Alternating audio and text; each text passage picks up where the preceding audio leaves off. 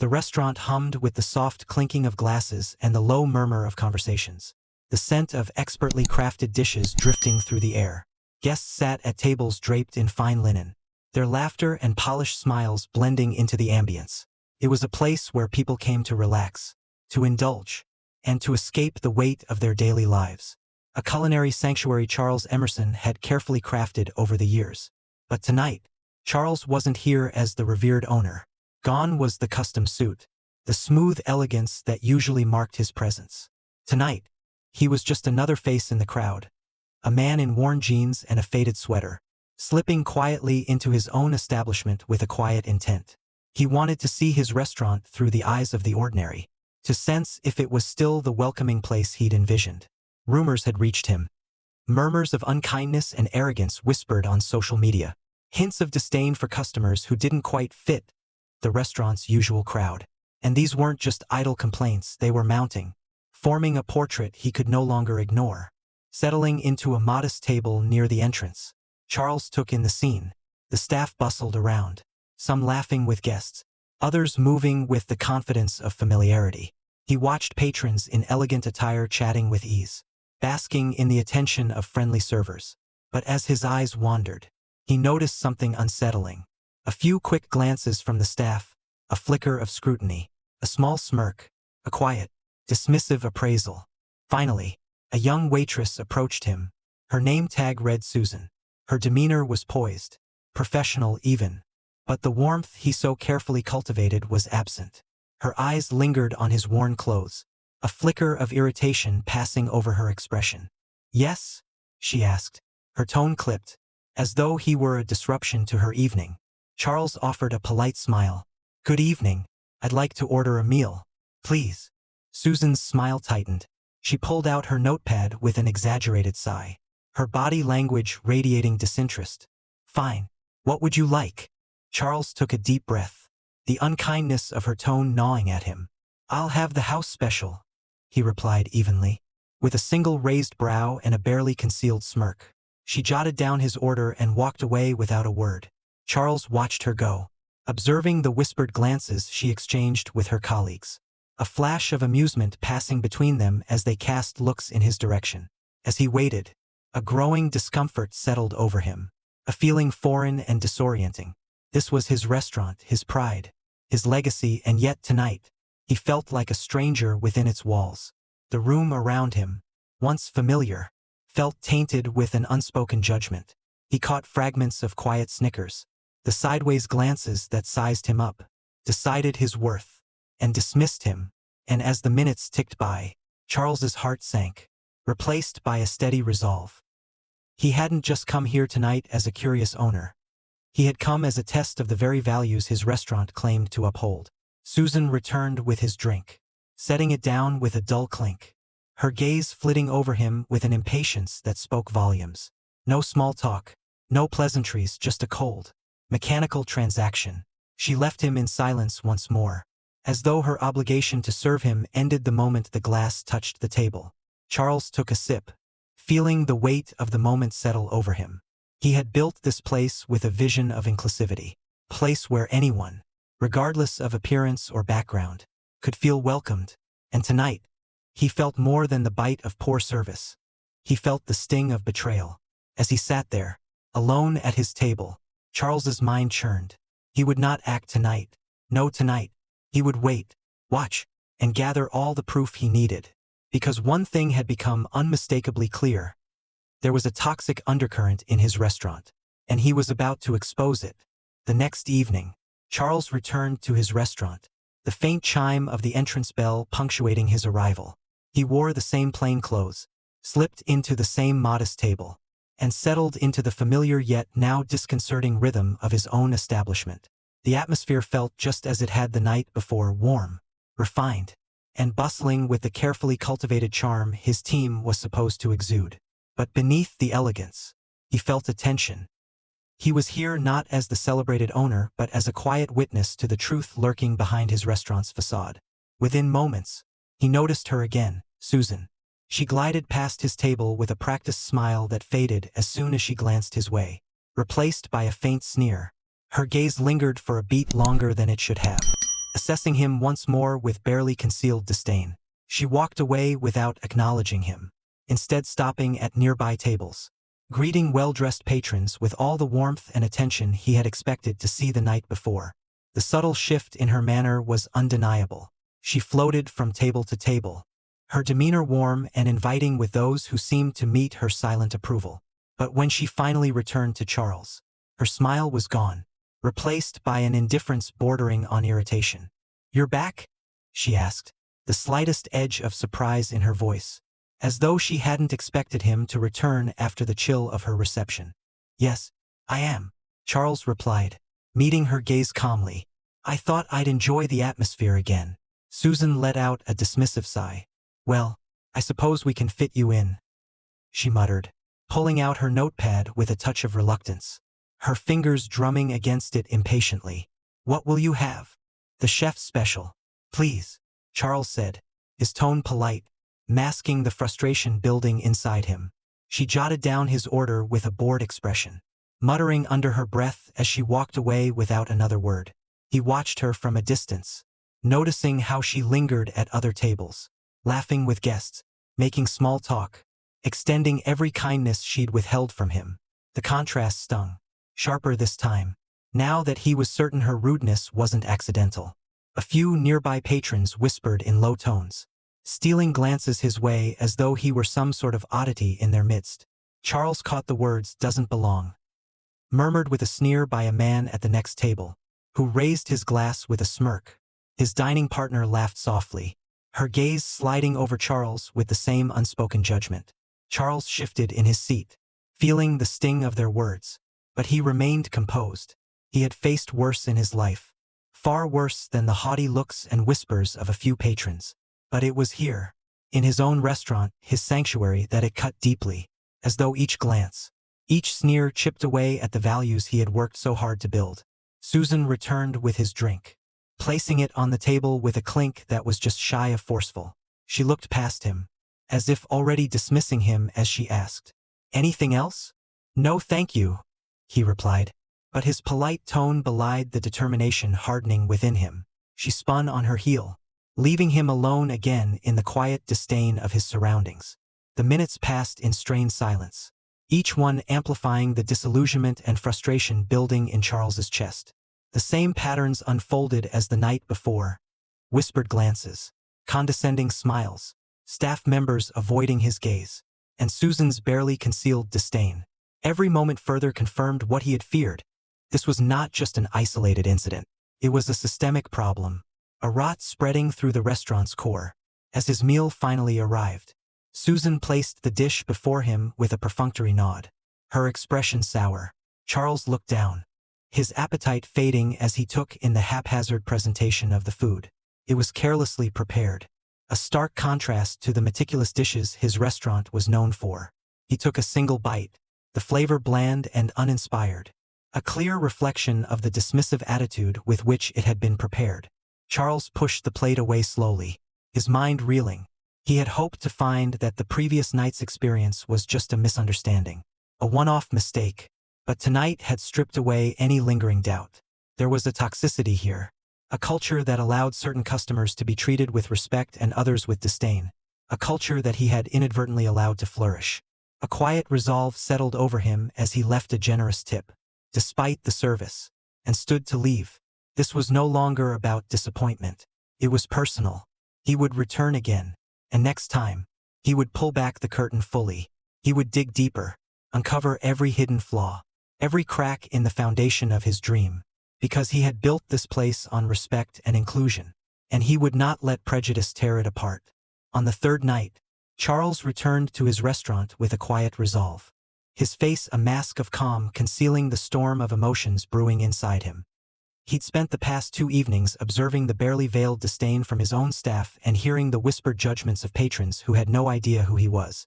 But tonight, he was ready for whatever his staff might throw at him. If there was any remaining doubt about the extent of the problem, he would root it out completely.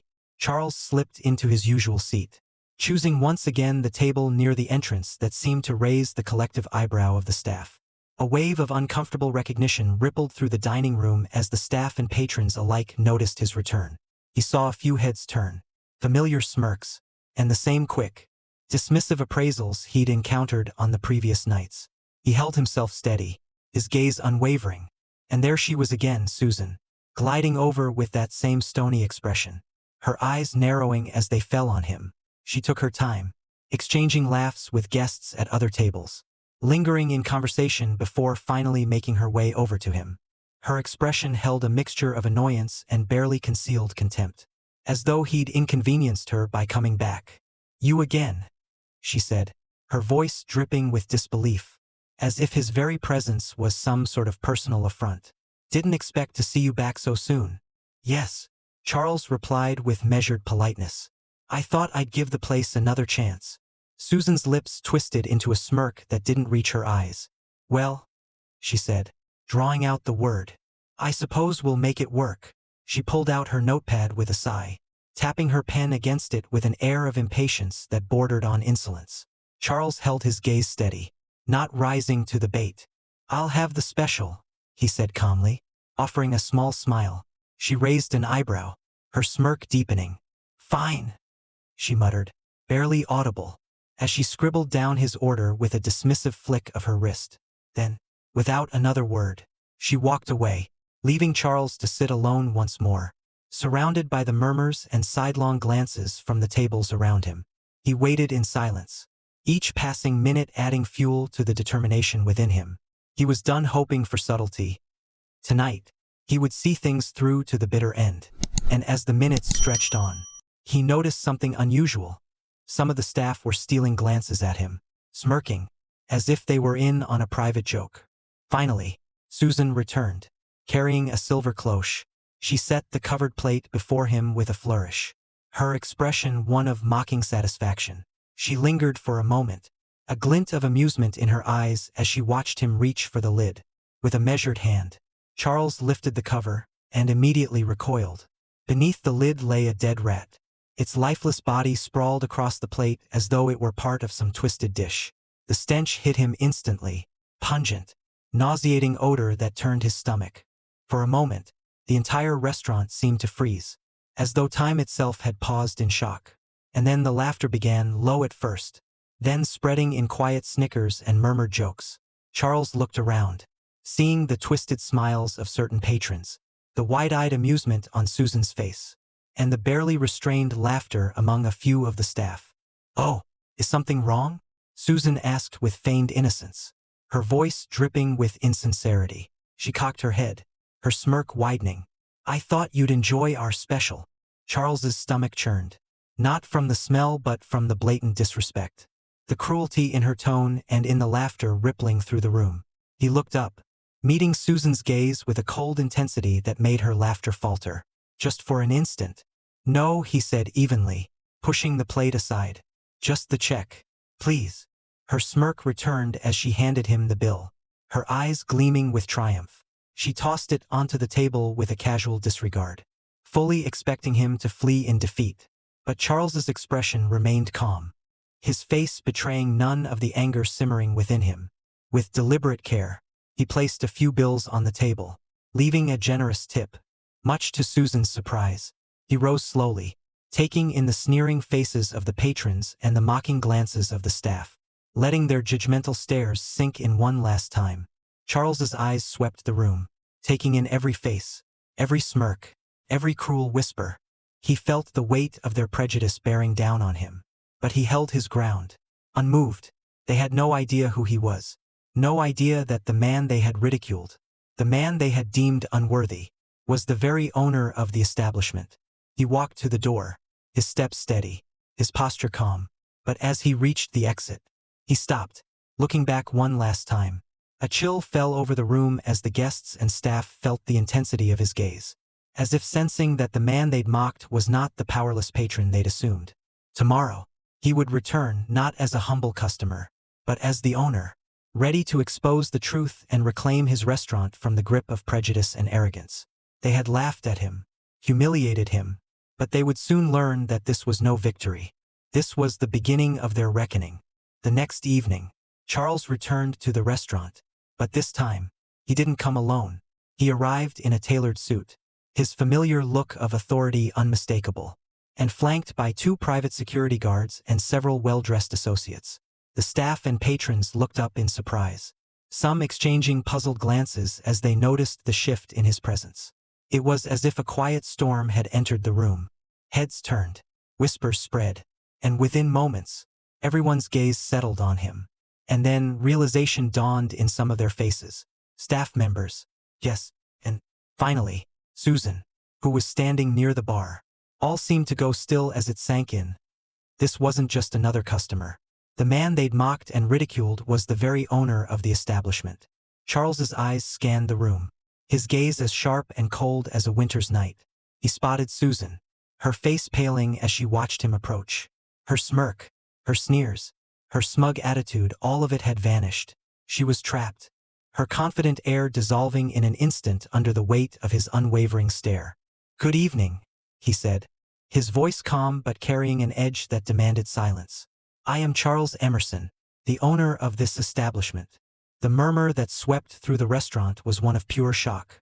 Staff members exchanged wide-eyed glances, and the patrons who had laughed along with Susan the previous night suddenly looked away, faces flushed with embarrassment. Charles's gaze rested on each of them, letting the silence hang heavy in the air. "I came here as a guest, hoping to experience the hospitality I believed I had built into this place," he continued, his tone growing colder with each word. "What I experienced instead was open disdain, cruelty, and arrogance from my own staff, toward myself and others."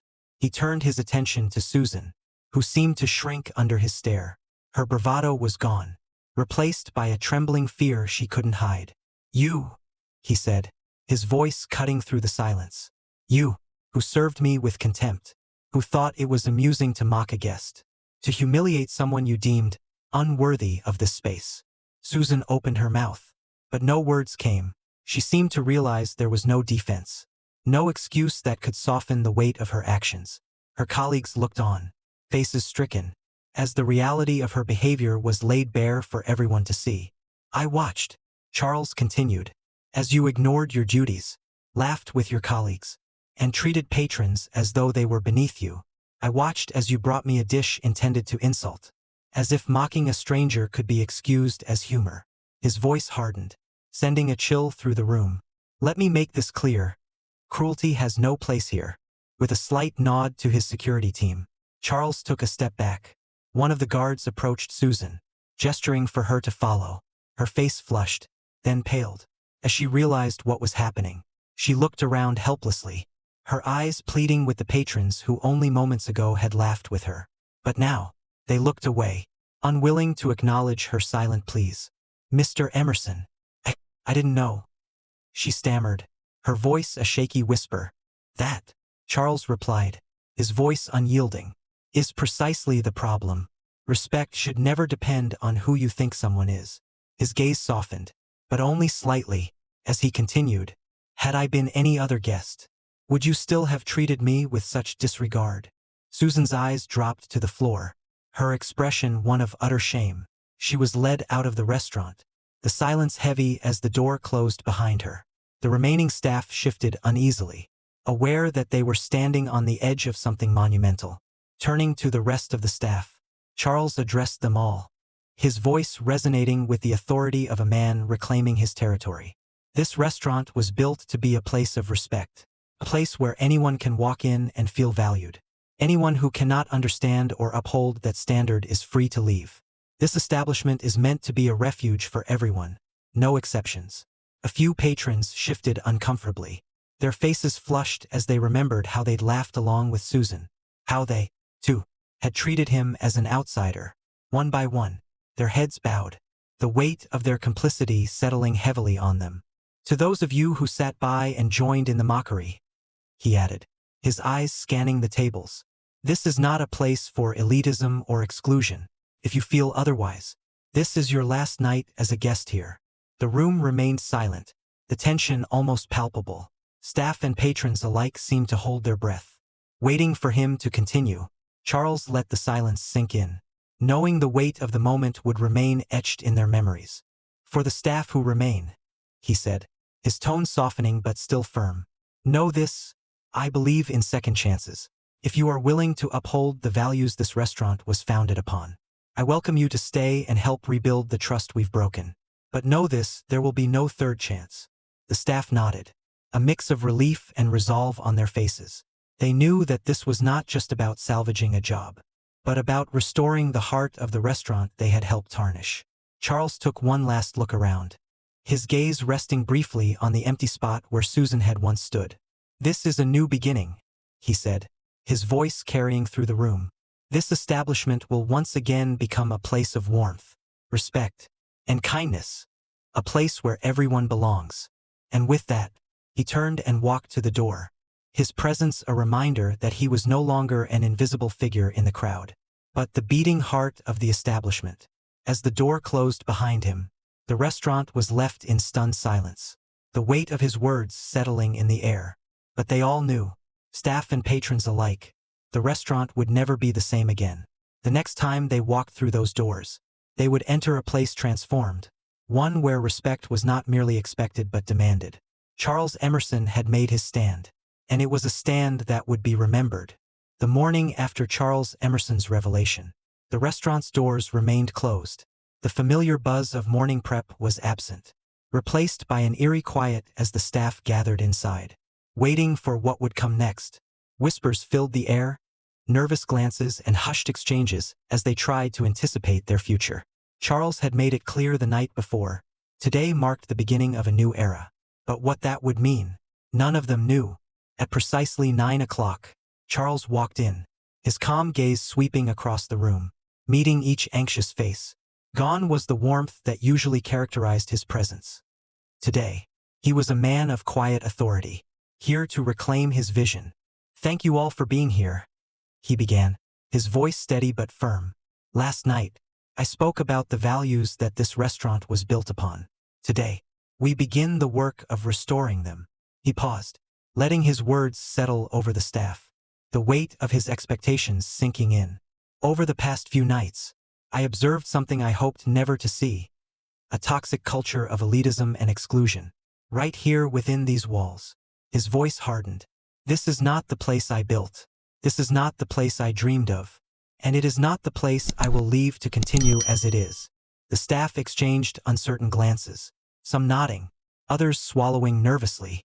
Charles's gaze lingered on them, assessing, gauging their readiness for the changes to come.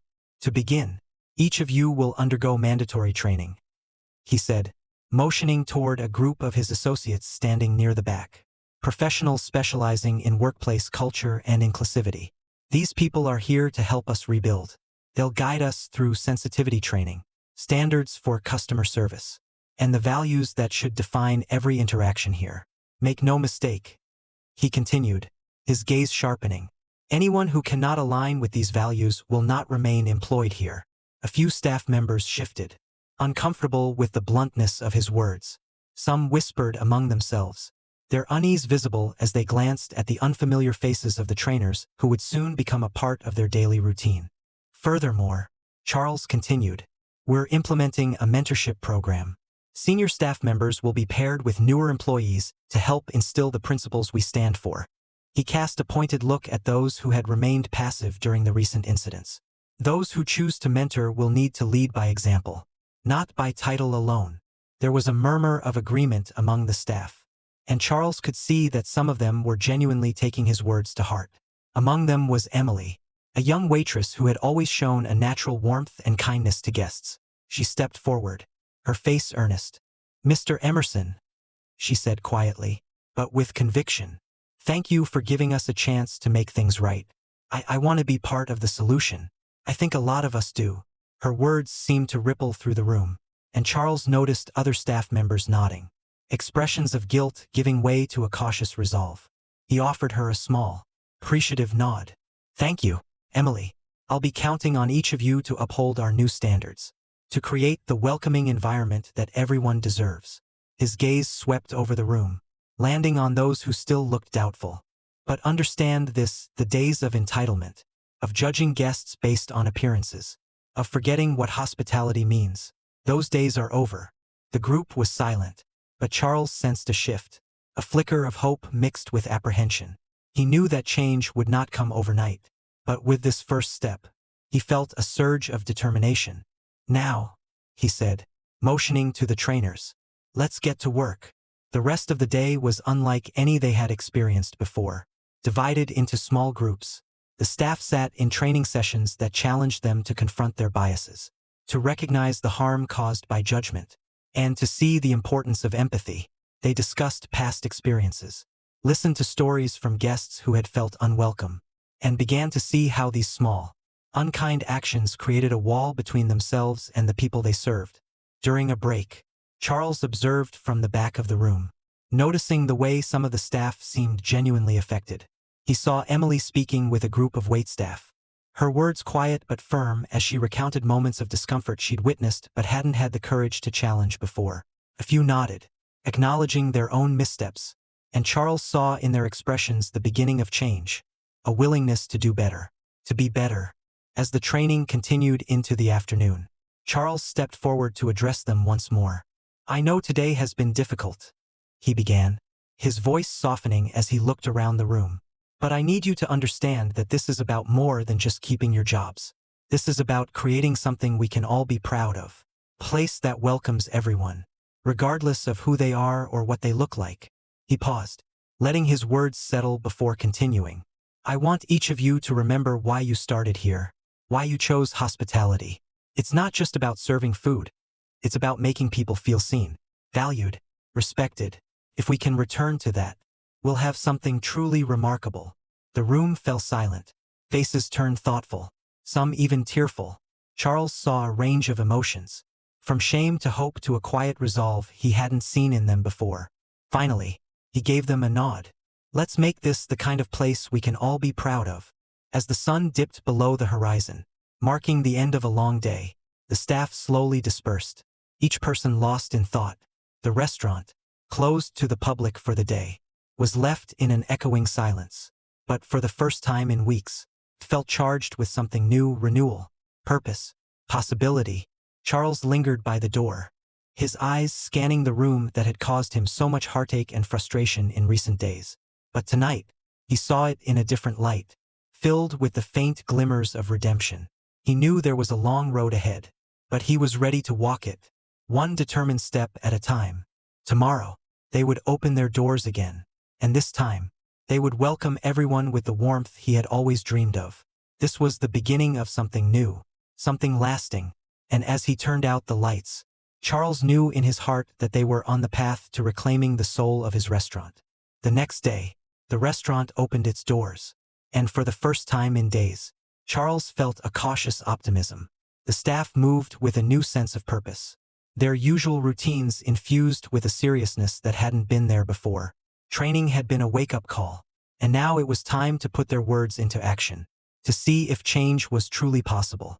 Charles positioned himself discreetly near the back of the dining area, observing each interaction, watching his staff with the sharp eye of someone who understood that actions spoke louder than promises. The regulars arrived, patrons who had been coming to his restaurant for years, and they sensed the shift immediately. There was an unmistakable warmth in the air, a quiet, unspoken message that this was a place where everyone mattered. Emily, the young waitress who had stepped forward the day before, had embraced her new role as a leader. Charles watched as she moved from table to table, greeting each guest with genuine warmth, making them feel welcomed and seen. It was as if she carried a renewed sense of pride, a determination to help shape the restaurant into what it was always meant to be. Her kindness set a tone that the other staff members began to follow, slowly dissolving the air of exclusivity that had once hung over the place. At one table, Charles noticed a family seated in casual attire, tourists who looked slightly out of place amid the otherwise polished clientele. Emily greeted them with the same enthusiasm she gave everyone else, her smile radiant as she took their order and asked about their day. The family's initial hesitation melted away, replaced by smiles and laughter as they relaxed into the atmosphere, feeling like they truly belonged. Across the room, he saw one of the newer staff members, Josh, take a deep breath as he approached an older couple he might have once dismissed. This time, he met their gaze with respect and patience, listening carefully as they discussed their dietary needs. Charles saw Josh nodding along, even offering a few menu suggestions with a warm, genuine smile. The couple seemed pleased, and Charles could see a look of pride flash across Josh's face as he walked back to the kitchen. The day wore on, and Charles could feel the positive energy growing. The staff seemed to find joy in their interactions, in the simple act of making each guest feel valued. They were rediscovering the essence of hospitality, and with every genuine smile, every thoughtful gesture, they were rebuilding the foundation of trust that had been broken. Toward the end of the evening, a woman in her early 60s entered the restaurant, looking somewhat uncomfortable. Charles recognized her as one of the people who had watched his humiliation at Susan's hands, a customer who had smirked and whispered with others. She approached the hostess stand, her expression hesitant. "Welcome," Emily greeted her, completely unaware of the woman's previous actions. "Do you have a reservation? Or would you prefer a seat near the window?" The woman glanced around, her face softening as she took in the warmth of Emily's welcome. She hesitated, then finally said, "A window seat, please." Emily led her to the table with the same warmth she'd shown everyone else that night, handing her a menu and offering to answer any questions. The woman's expression shifted, a mixture of relief and surprise, as if she hadn't expected such kindness. Charles kept his distance but observed her throughout the meal, noting how her guarded posture relaxed, her face lighting up in appreciation as each dish was brought out with care. By the time she left, her expression was one of quiet gratitude. She paused at the door, giving the restaurant one last look before stepping out into the night. Charles knew that she, too, could sense the change in the air, a shift that made her question her own behavior from that fateful night. As closing time approached, the staff gathered in the dining area, visibly exhausted but wearing proud smiles. Charles stepped forward, his gaze sweeping over each of them, taking in the weariness mixed with satisfaction on their faces. "I know today wasn't easy," he said, his voice carrying a warmth that resonated through the quiet room. "But I want you all to know how proud I am of what I saw today. This wasn't just about serving food, it was about creating an experience. One that leaves a lasting impact on everyone who walks through those doors." The team nodded, a few faces breaking into tired but appreciative smiles. Charles noticed Josh standing beside Emily, his usual reserve replaced with a quiet confidence. They exchanged glances, and Charles sensed that they, too, were beginning to understand the deeper purpose behind their work. "Today was just the beginning," Charles continued, "but if we keep moving forward with the same commitment, the same respect, this restaurant will become the place we've always envisioned. A place where everyone feels welcome." Emily stepped forward, her expression bright with pride. "Mr. Emerson, I think I speak for everyone when I say thank you for giving us the chance to make this right, and for believing in us." The team erupted into soft applause, a ripple of appreciation that filled the room. Charles felt a swell of emotion, his heart warmed by the knowledge that they had finally begun to grasp the vision he had always held so dearly. As they prepared to close for the night, Charles noticed something that filled him with quiet satisfaction. A plaque that he had placed near the entrance earlier that day, now catching the soft glow of the restaurant's lights. It read, "In this place, all are welcome, all are valued. May every guest who enters these doors feel the warmth of kindness and the strength of community." He watched as Emily and Josh lingered by the plaque, reading its words with solemn expressions. He could see the promise in their eyes, the silent vow to carry forward the values they had rediscovered. For Charles, this was only the beginning. He knew that maintaining this environment would require vigilance, that the transformation of his restaurant's culture would demand constant nurturing. But tonight, as he watched his team gather their things and prepare to leave, he felt a peace he hadn't felt in a long time. This was the restaurant he had always dreamed of, a place not only of fine cuisine but of warmth, respect, and true hospitality. And as he switched off the lights and closed the doors for the night, he knew they were on the right path. Together, they had begun a journey that would leave a lasting legacy, a testament to the power of change and the strength of community. And with every passing day, they would work to make this restaurant a beacon of kindness, a place where everyone, no matter who they were, would feel they had found a home. Word spread quickly about the restaurant's transformation. Patrons who had once visited for a luxurious meal were now drawn back by the stories of change, curious to see the new atmosphere they had heard so much about. But the true magic of this transformation wasn't just in the whispers of praise. It was in the genuine warmth that had begun to radiate from the heart of the restaurant itself. For Charles, watching this shift felt like witnessing the rebirth of a dream. On a brisk Friday evening, the restaurant was alive with new energy. Patrons filled every seat, and the usual hum of clinking glasses and lively chatter carried a deeper harmony. It was a symphony of kindness, respect, and community, a far cry from the distant exclusivity that had once tainted the place. From his usual spot at the back, Charles observed the staff as they worked with newfound dedication. Each server moved with purpose, no longer burdened by judgment or impatience. They greeted every patron, whether familiar or new, with open smiles and genuine care. Emily and Josh, who had become informal leaders among the team, guided their colleagues with ease, reinforcing the values that now defined the establishment. Halfway through the evening, a family entered the restaurant, a mother, father, and a young daughter, all dressed in plain, casual clothes. They looked slightly overwhelmed as they glanced around at the elegant setting, as though unsure if they belonged. A few months ago, they might have been met with dismissive looks or impatient service. But tonight was different. Emily approached them with her usual warm smile, her voice soft and welcoming as she guided them to a comfortable booth by the window. "Welcome.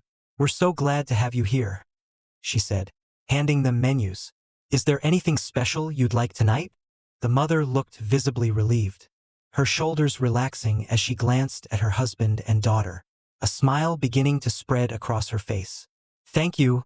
It's our little girl's birthday," she said, giving a shy smile. She wanted to try something fancy.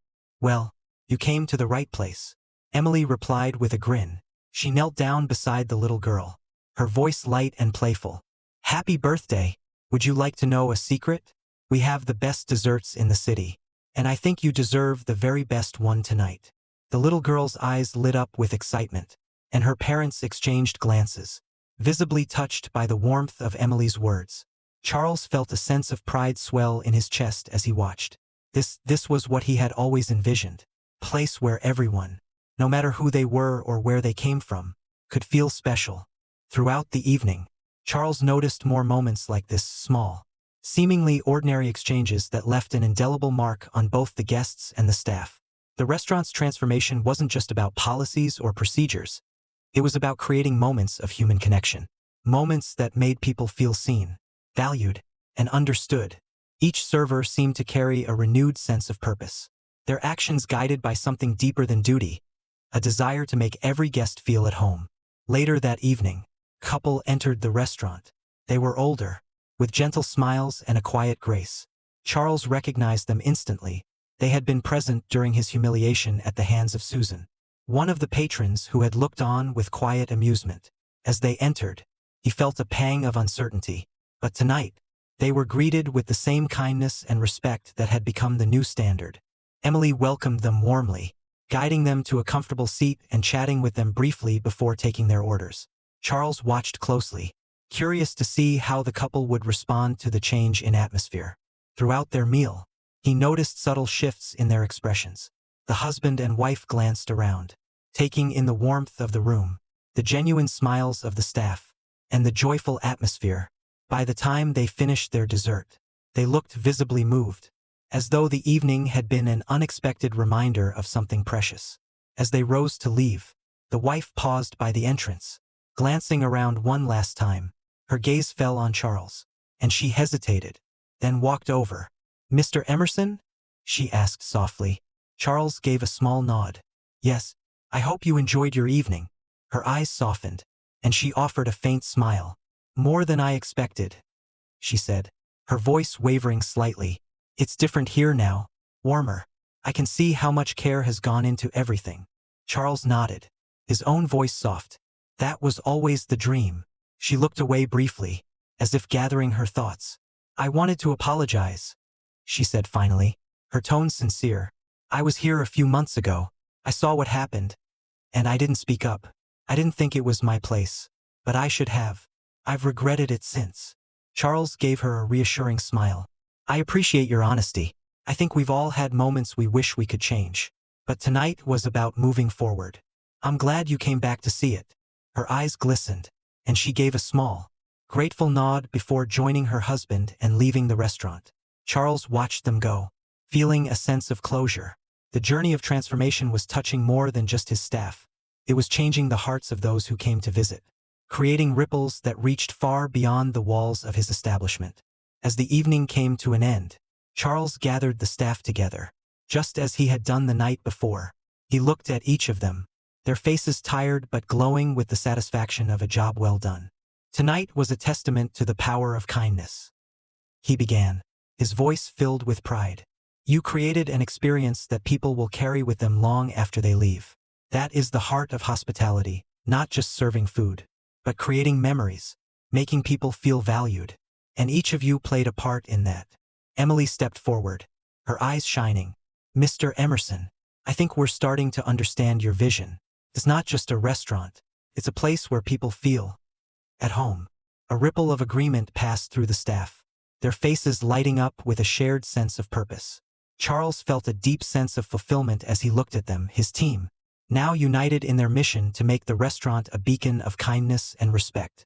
As they prepared to close, Charles took one last look at the dining area. The warmth that filled the space was tangible, a quiet promise that this transformation was here to stay. He knew that they still had work to do, that every day would be another step in cementing this culture of kindness and inclusivity. But for now, he allowed himself to savor this moment, to take in the quiet beauty of his dream finally realized. Together, they had transformed a place that was once marred by prejudice into a haven of respect and warmth. And as they locked up and stepped out into the night, Charles felt a powerful certainty that this was only the beginning. The restaurant's legacy was just beginning to unfold, one heartfelt connection at a time. As the months went by, Charles's restaurant continued to flourish, its reputation evolving far beyond that of just a fine dining establishment. It had become something else entirely, a symbol of inclusion, respect, and transformation. Guests now came not only for the exquisite food but also for the experience of feeling genuinely welcomed. Stories of the restaurant's rebirth spread throughout the community, drawing patrons from all walks of life who were eager to see for themselves what kindness looked like in action. One evening, as the soft glow of the restaurant's lights spilled out onto the bustling street, a local journalist arrived, curious to capture the essence of this place that had become something of a legend. She observed the staff, noting their attentiveness and warmth, and the way they spoke to each guest with genuine interest. It was more than just professionalism. It was a true commitment to making every person feel valued. At the end of her meal, she requested to speak with Charles. He approached her table with his familiar calm demeanor, a small, welcoming smile on his face. Mr. Emerson, she began, her eyes reflecting the sincerity of her words. What you've created here is truly extraordinary. I'd love to know, what inspired this transformation? Charles paused, gathering his thoughts as he glanced around the room. He saw Emily helping an elderly couple to their seats, Josh guiding a family through the menu with patient enthusiasm, and the rest of his staff moving gracefully through their tasks, all radiating the same warmth that had come to define the restaurant. It began with a painful realization, he admitted, his voice steady but reflective. I saw my own vision slipping away, tarnished by prejudice and indifference. I knew then that I had a choice. I could either walk away from my dream, or I could rebuild it from the ground up. He looked back at the journalist, his expression softened with gratitude. I chose to rebuild, but the real transformation happened because of the people here, the staff who embraced this journey with open hearts. The journalist nodded, captivated by his words. It's rare to see such a profound change. How do you ensure it lasts? Charles smiled thoughtfully. By treating every day as an opportunity to recommit to our values. We have regular team meetings to talk openly, to keep the lines of communication strong. And we remind each other why we're here, to make people feel seen, respected, and valued. It's a constant effort, but one we're all willing to make. She jotted down his words, her gaze moving around the room, taking in the atmosphere that seemed to pulse with something intangible yet powerful. Thank you, Mr. Emerson, she said finally.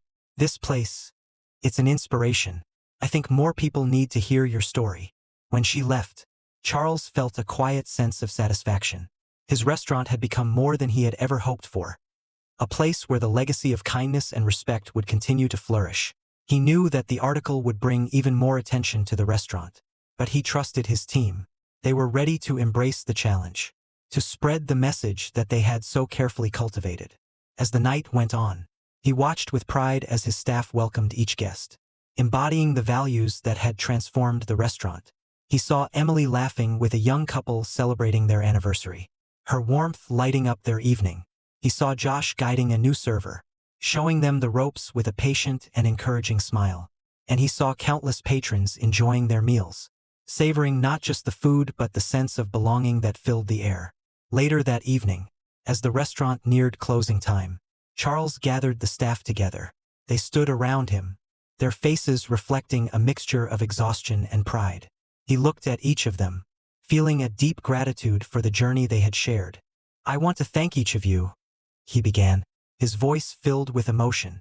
"This place is what it is today because of your dedication, your kindness, and your belief in what we're building here. We've come a long way together, and I couldn't be prouder of each and every one of you." Emily stepped forward, a gentle smile on her face. "Mr. Emerson, this isn't just your dream anymore. It's ours too. We're all a part of this legacy." The staff murmured in agreement, their faces bright with a shared purpose.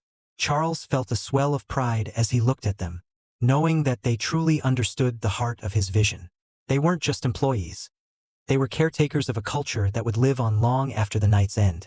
As they began to disperse, he noticed Josh lingering by the plaque near the entrance, reading its words with quiet reverence. "In this place, all are welcome, all are valued. May every guest who enters these doors feel the warmth of kindness and the strength of community." Charles joined him, and they stood in silence for a moment, taking in the power of those words. Finally, Josh turned to him, his voice soft but resolute. "This plaque, it's more than a promise to the guests, isn't it? It's a promise to ourselves, a reminder of who we are." Charles nodded, his heart full. "Yes, Josh, and as long as we honor that promise, this place will always be more than just a restaurant." With a final glance at the plaque, they turned and walked back into the empty dining room, the echoes of the night's laughter and conversations lingering in the air. The restaurant was silent now, but it pulsed with a spirit that was alive, a legacy that would endure. As Charles locked the doors and stepped into the cool night, he felt a deep sense of peace. His dream had come to life in ways he'd never imagined, growing into something greater than he could have ever built alone. It was a dream sustained by the hands and hearts of those who believed in it, a legacy woven from moments of kindness and respect.